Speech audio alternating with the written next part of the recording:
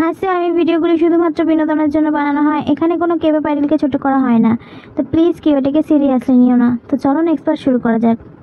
পরদিন সকালবেলা ব্রেকফাস্ট টেবিলে সকালে ব্রেকফাস্ট করতে আসলে জেনি জিজ্ঞাসা করে, কী গো বৌদি ভাই, মাঝরাতে তুমি কোথায় হাওয়া হয়ে গেলে? আমি ওই রুমে, মানে এই দাদা ভাই, তোকেও তো মাঝরাতের পর দেখা যায়নি, কোথায় গেছিলিস রে চাঁদ দেখতে? আরে ওই তো কি বল বল। আমি বলছি তোমার দাদা ভাইয়ের এখানে ঘুম আসছিল না, তাই রুমে যাচ্ছিল, বাট রুমে একা শুতে ভয় লাগছিল, তাই আমাকেও ডেকে নিয়েছিল। সিরিয়াসলি? দাদা ভাই ভয় পাচ্ছিলিস, তাই জন্য আবার বৌদি ভাইকে ডেকে নিয়ে গেছিস? জাঙ্কুক রাগি লুকে তের দিকে তাকালো, তারপর টেবিল ছেড়ে উঠে চলে গেল। আরে দাদা ভাই শোন তো, আমরা তো জাস্ট মজা করছিলাম। দূর বাবা, চলে গেল।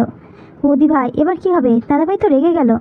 তুমি চিন্তা করো না, দি ভাই ঠিক ম্যানেজ করে নেবে। কী রে, তাই তো? তে মাথা নাড়ালো আর মনে মনে ভাবলো, এই রে আজ বোধহয় একটু বেশি বাড়াবাড়ি করে ফেলেছি। নিচে নানা রকম কাজ করতে করতে জাঙ্কুকের সাথে তের আর দেখা হয়নি। রান্নাঘরে গিয়ে দেখলো জাঙ্কুক ওপরে যাচ্ছে। এই জেনি, তুমি একটু গ্যাসের সামনে দাঁড়াও, আমি এখনই আসছি। তাড়াতাড়ি আসবে কিন্তু, আমি কিন্তু বেশিক্ষণ দাঁড়াতে পারবো না। আরে আমি যাবো আর আসবো। কথাটা বলে তেও রুমে গেল। জাঙ্কুক ফোনে কারোর সাথে কথা বলছিল। তের দিকে একবার তাকিয়ে আবার কথা বলায় মন দিল। শুনছেন? বলছি কি, তখন আমি ম্যানেজ দিতে গিয়ে যেটা মাথায় এসেছে সেটাই বলেছি। জাঙ্কুক ফোনটা কেটে পকেটে রেখে দিল।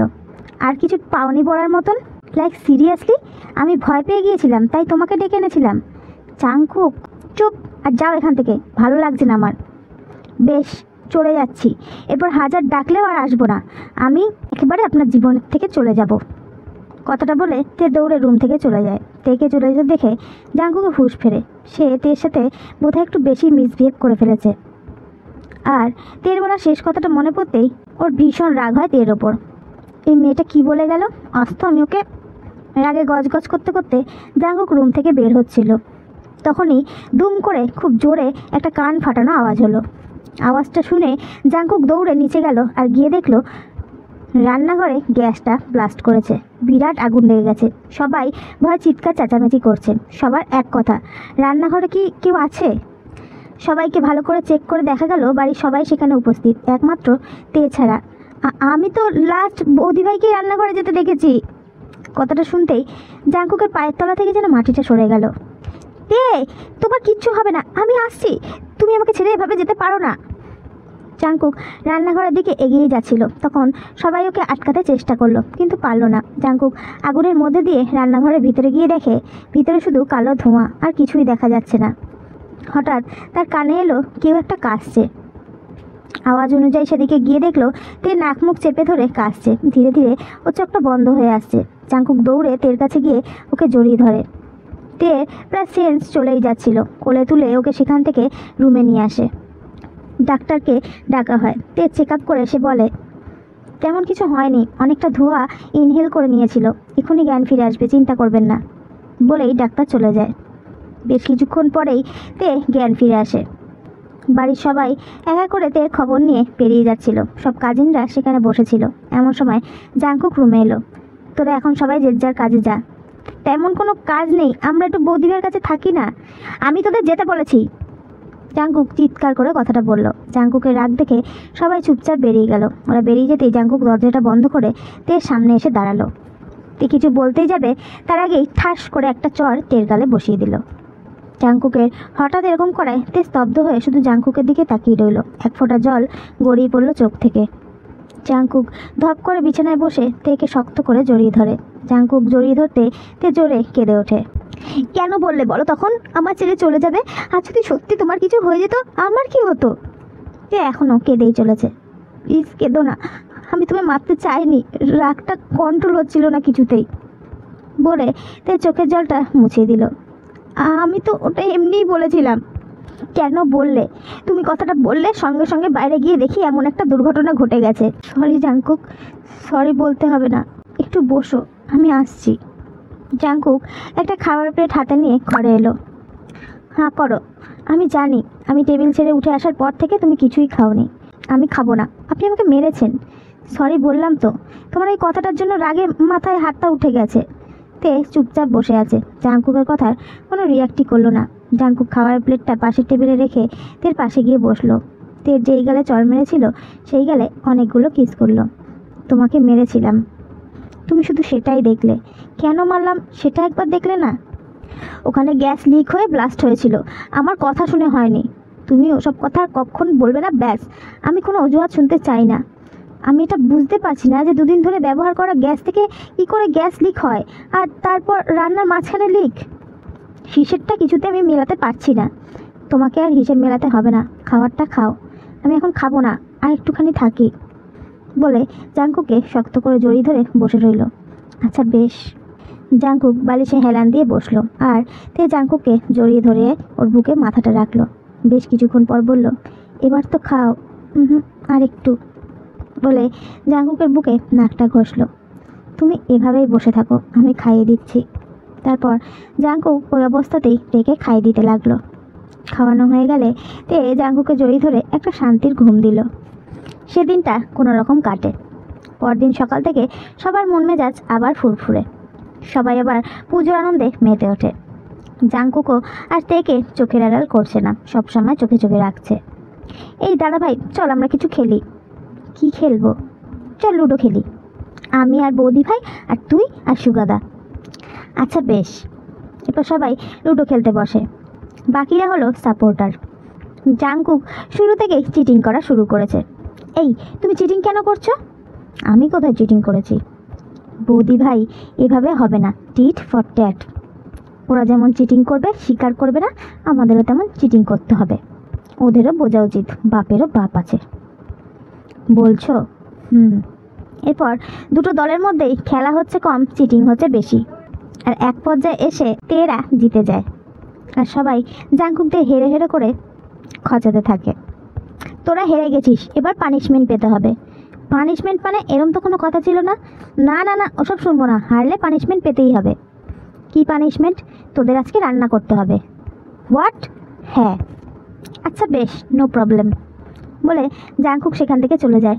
আরে কি করলে কি জিজু, আমি কিন্তু রান্নার রও জানি না, চাপ নিও না, আমি তো আছি। কিছুক্ষণ পর তেও রুমে আসে। তে রুমে ঢুকতেই জাঙ্কুক তের হাতটা ধরে টেনে দেয়ালে আটকে দেয়। তুমি আর চিটিং করে জিতেছ? মোটেও না, আপনি খেলার মধ্যে আমার সাথে চিটিং করছিলেন। আমি তো শুধু টিট ফর ট্যাট করেছি। আচ্ছা। জাঙ্কুক তেকে দেয়ালে চেপে ধরে ওর গলায় মুখ ডুবায়। বেশ কিছুক্ষণ কিস করে সরে আসে।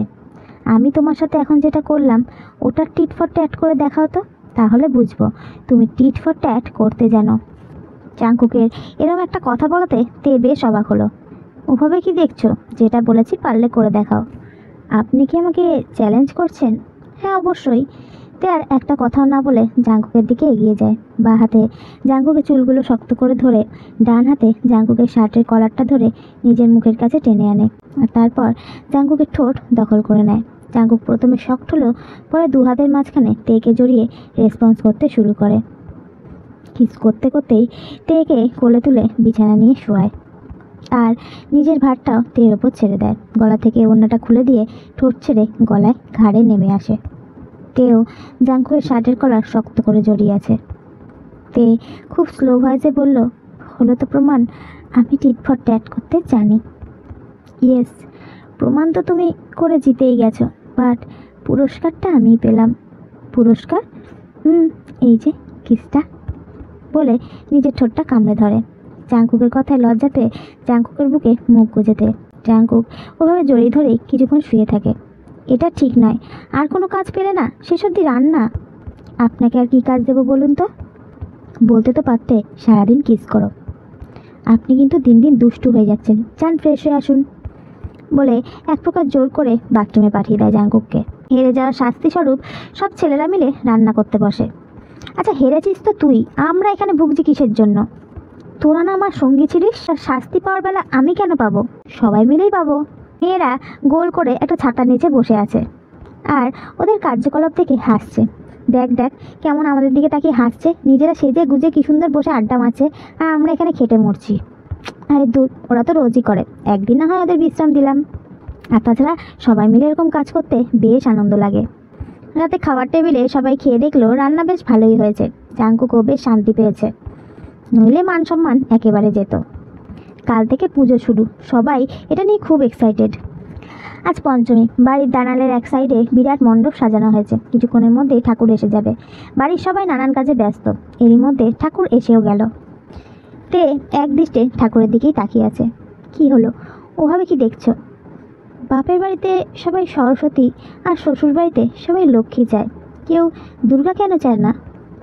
কারণ মা দুর্গা প্রতিবাদী, আর এই সমাজ প্রতিবাদী নারী একদমই পছন্দ করে না। তারা মনে করে নারী হচ্ছে ঘরের লক্ষ্মী, প্রতিবাদী নয়। আর তুমি কি ভাবছো? তুমি তো মা দুর্গা হয়ে কেস অফিস সব সামলাও, আবার রানী লক্ষ্মীবাই হয়েও কখনো কখনো শ্রীমতী ভয়ঙ্করীও হয়ে ওঠো। কি বলেন আপনি? এই দাঁড়ান, আজ আপনার খবর আছে। জাংকুক দৌড়চ্ছে, পেছনে তেও দৌড়চ্ছে। উফ, এরা দুজন সেই বাচ্চাই রয়ে গেল। জাংকুক দৌড়ে ছাদে উঠে যায়। তে ওর পিছন পিছন ছুটতে ছুটতে ছাদের মাঝখানে হঠাৎ পা ধরে বসে পড়ে। এই কি হয়েছে দেখাও, একটু দেখে শুনে চলাফেরা করতে পারো না? জাংকুক, আরে বলো না কোথায় লেগেছে? আপনি ধরা পড়ে গেছেন, আমি আপনাকে ধরে নিয়েছি। কি, তার মানে তোমার লাগেনি? আমাকে ধরার জন্য এরকম করছো? সরি। তুমি একদম কথা বলবে না আমার সাথে। ইয়ার্কি ঠাট্টারও একটা লিমিট হয়, এরকম সিরিয়াস ব্যাপারে কেউ ইয়ার্কি করে? বলে জাংকুক একটু রাগ দেখিয়ে চলে যায়। আরে জাংকুক শুনুন তো, প্লিজ দাঁড়ান। দূর থেকে একজন সবটাই দেখছিল। শেষে যাওয়ার সময় মনে মনে বলল, আজ জাংকুক রাগ করে চলে গেছে, আর কিছুদিন পর তুমি নিজেই চলে যাবে জাংকুককে ছেড়ে, একদম পার্মানেন্টলি দুনিয়া ছেড়ে। সন্ধ্যেতে সবাই আড্ডা দিচ্ছে। জাংকুক এখনও তের সাথে কথা বলেনি, রেগে আছে। তে কথা বলার চেষ্টা করলে জাংকুক অ্যাভয়েড করছে, এমনকি তের পাশেও বসেনি। রাতে সবাই ডিনার করে যে যার রুমে চলে যায়। তে জাংকুককে খুঁজতে খুঁজতে ছাদে আসে। এ কি, তোমরা সবাই ছাদে? জাংকুক কোথায় জানো? তেকে হঠাৎ ছাদে থেকে সবাই একটু হকচকিয়ে যায়। বৌদিভাই তুমি এখানে? হ্যাঁ কেন, কোনো সমস্যা? কিছু না, কোল্ড ড্রিঙ্কস খাচ্ছি আমরা, খাবে? এত রাতে কোল্ড ড্রিঙ্কস? তোমার কি কোনো সন্দেহ আছে? না না, আমি তোমাদেরকে বিশ্বাস করি। তের মুখ থেকে এরকম কথাটা শুনে ওরা একটু শান্তি পেল। বৌদি ভাই, এই গ্লাসটা দাদা ভাইকে দিয়ে দিও, আর ভুল করেও বলবে না আমরা দিয়েছি। কেন? তোমাদের নাম বললে কি হবে? আসলে দাদা না আমাদের ওপর রেগে আছে। তাহলে তো আমি দিলেও নেবে না, কারণ সেটা আমার ওপরেও রেগে আছে। কথাটা বলে তে নিজেই গ্লাসের ড্রিঙ্কসটা খেয়ে নেয়। এই সেরেছে, এবার কি হবে? দাদা ভাই জানলে তো আমাদের মেরেই ফেলবে। সব তোর জন্য হয়েছে, তুই কেন ওটা ওর হাতে দিলি? তোরাই তো বললি দাদা ভাইকে যেভাবেই হোক খাওয়াতে হবে, আমি ভাবলাম বৌদি ভাই দিলে হয়তো খাবে। তোকে কে বলে এত বুদ্ধি লাগাতে? এই তোরা ঝগড়া থামা। দেখ, বৌদি ভাই কিন্তু এখানে নেই। এই মেরেছে, সে আবার কোথায় গেল? দেখে নিস, দাদা ভাই এবার আমাদের পাটা বলি দেবে। এর মধ্যে জাংকুক রুমে এসে তেকে দেখতে না পেয়ে খুঁজতে খুঁজতে ছাদে আসে। এই তোরা তেকে দেখেছিস? দাদা ভাই, তোদেরকে আমি আগেই বলেছি আমি এসব খাবো না। তোরা তেকে দেখে থাকলে বল, আমার কথাটা একটু ঠান্ডা মাথায় শোন। এরপর সবাই একটু আগের ঘটনা খুলে বলে। তোরা দেখ, আমরা ইচ্ছে করে কিছু করিনি, প্লিজ রাগ করিস না, আমরা সবাই খুঁজছি। অনেক করেছিস, আর করতে হবে না, যা যে যার রুমে, নাহলে কিন্তু আমি আমার রাগটা কন্ট্রোল করতে পারবো না। জাংকুকের রাগ দেখে সবাই চলে যায়। কোথায় খুঁজবো এখন তোমায়? সব আমার জন্যই হয়েছে, কেন যে আমি এত রাগ করি কথায় কথায়। জাংকুক ছাদের কার্নিশে গিয়ে দাঁড়াতে দেখলো বাগানে দুজনের ছায়া দেখা যাচ্ছে। দৌড়ে বাগানে চলে গেল জাংকুক। জাংকুক যেতে ওখানে থাকা একজন সরে যায়। এটা জাংকুক খুব ভালোভাবেই বুঝতে পারছে। তে বাগানে দাঁড়িয়ে আকাশের দিকে তাকিয়েছিল। জাংকুক ওর কাঁধে হাত রাখতেই তে জাংকুকের দিকে ঘুরে দাঁড়ালো। আপনি আপনি এখানে কি করছেন? যান এখান থেকে। তে সোজা হয়ে ঠিকমতো দাঁড়াতে পারছে না। জাংকুক সেটা বুঝে গেছে যে তে নেশা হয়ে গেছে। তে ঘরে চলো। আপনি আমার হাতটা ধরবেন না, ছাড়ুন আমার হাত। না, ছাড়বো না।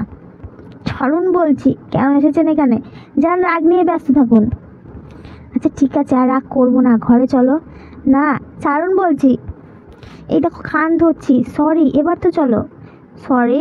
কিসের সরি? হ্যাঁ, আমিও তখন সরি বলেছিলাম, শুনেছিস তুই? যা ভাগ এখান থেকে, তুই থাক তোর রাগ নিয়ে। এই তুই তো কারি কাকে করছো? বেশ করেছি, বড় হচ্ছিস বলে কি মাথা কি রেখেছিস নাকি? হ্যাঁ, একটু ইয়ার্কি মারলে রাগ, লর্ড গভর্নর যেন। আমি এত ভালোবাসি, তোর কোনো দাম নেই। আচ্ছা বাবা, রাগ করবো না, প্রমিস। সত্যি তো? হ্যাঁ, এবার ঘরে চলো। উফ, কি তখন থেকে ঘরে যাবো করছে। উফ, দেখো এই জায়গাটা মোটেও তোমার জন্য সেফ নয়।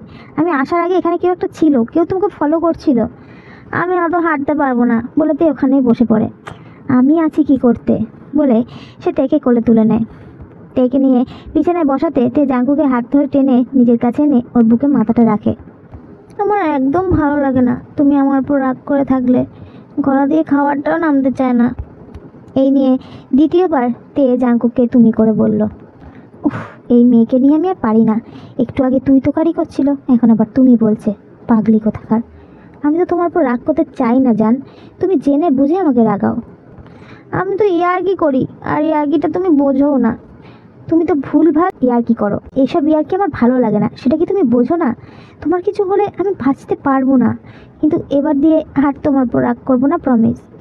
আমার কিছু হলে তোমার কি? হ্যাঁ, লিসা আমাকে বলে তুমি আমার উপর দয়া আর কর্তব্য পালন করছো। তোমাকে বলেছি না ওর কথায় কান দেবে না। আমি লিসাকে সহ্য করতে পারি না, শুধু তোমার বন্ধু হয় বলে আমি কিছু বলতে পারি না, তাই। তে জাঙ্কুকের বুক থেকে মাথাটা তুলে জাঙ্কুকের গালে নিজের বা হাতটা রেখে কপালে আর দুগালে কিস করে, আর জাঙ্কুকে চোখ বন্ধ করে সেটা অনুভব করে। তে জাঙ্কুকে ঠোঁটে নিজের ঠোঁটটা ছোঁয়ায়। জাঙ্কুকও তেকে নিজের সাথে জড়িয়ে তালে তাল মেলায়। আজ তে নিজেকে পুরোপুরি জাঙ্কুকের রঙে রাঙাতে চেয়েছিল, কিন্তু তার আগেই জাঙ্কুক থেমে যায়। কী হলো? এখন তুমি তোমার নিজের হুঁশে নেই, কিন্তু আমার সম্পূর্ণ হুঁশ আছে। এভাবে আমাদের স্পেশাল রাতটা আমি নষ্ট করতে চাই না। লিজা ঠিকই বলে, তুমি আমার ভালোবাসো না, তাই প্রত্যেকবার আমার কাছে আসতে চেয়েও দূরে চলে যাও। তেমনটা নয় তে, তুমি ভুল বুঝছো। আমি ভুল বুঝি না। তুমি যদি আমি ভালোই বাসতে তাহলে আই লাভ ইউ বলতে।